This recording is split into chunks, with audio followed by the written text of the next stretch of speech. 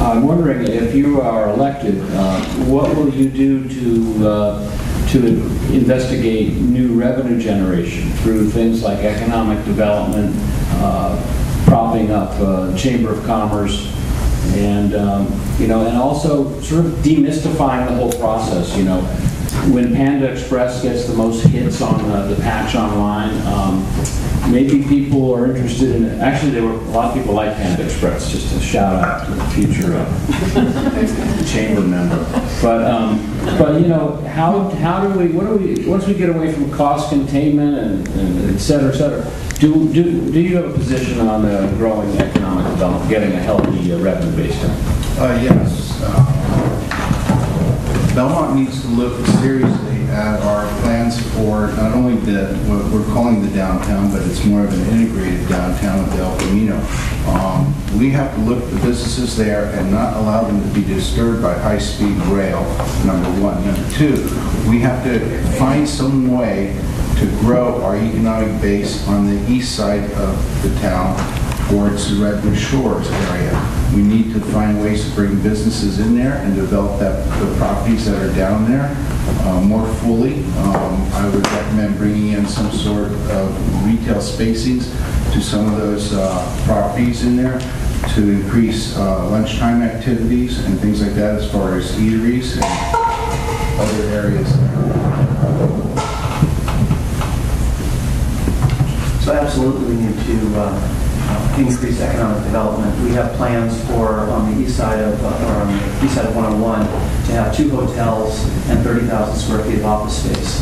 The hope that I believe is that we leverage the Acera building with BW and Sun Edison to be able to get more businesses in there that link with those businesses, so we're not reinventing the wheel.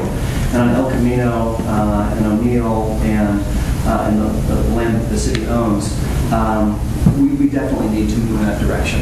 And we've talked about that for a number of years. The problem has been that the economic conditions of the economy right now are so poor that we haven't had developers come to us as much as we need to. So I think we're on the right track. We just need to continue to move forward. So if you look at the city's financial report, you will see a drop in sales tax, and you will see that drop since the year 2000. These reports are all available online.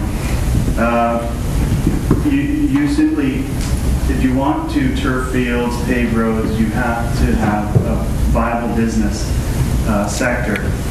And terminating the Economic Development Committee, as was done on the 30th of January 2010, is a very poor way to go about doing that.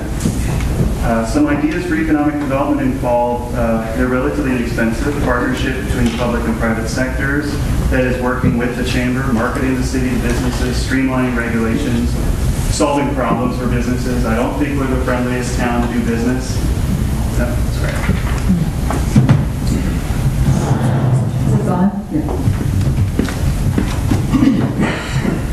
Okay, anybody would probably have to be really foolish to come up here and say, I want to run for council and I don't believe in economic development. Economic development is the core of the city. What we need to do is continue our plans. As Councilmember Bronstein said, we do have very detailed plans. We have a couple of projects in the works. We need to keep going with those, and we need to be open. We've helped people move into town. We need to continue doing that. Some ideas I have are, I'd like people who have businesses in Belmont to go to the city and get involved with the facade improvement program. We have money in there that the finance director says nobody wants. I think somebody should want it, and they should make their business look better so that other businesses will come to town. Also, I think we need to do things like Redwood City has concessions in their parks. We can do that. That's little, but it brings people into town. And the third thing is everybody needs to be an ambassador. I regularly go to businesses and say, move to Belmont, if I think that there's a place for them. So we all need to do that. Thank you.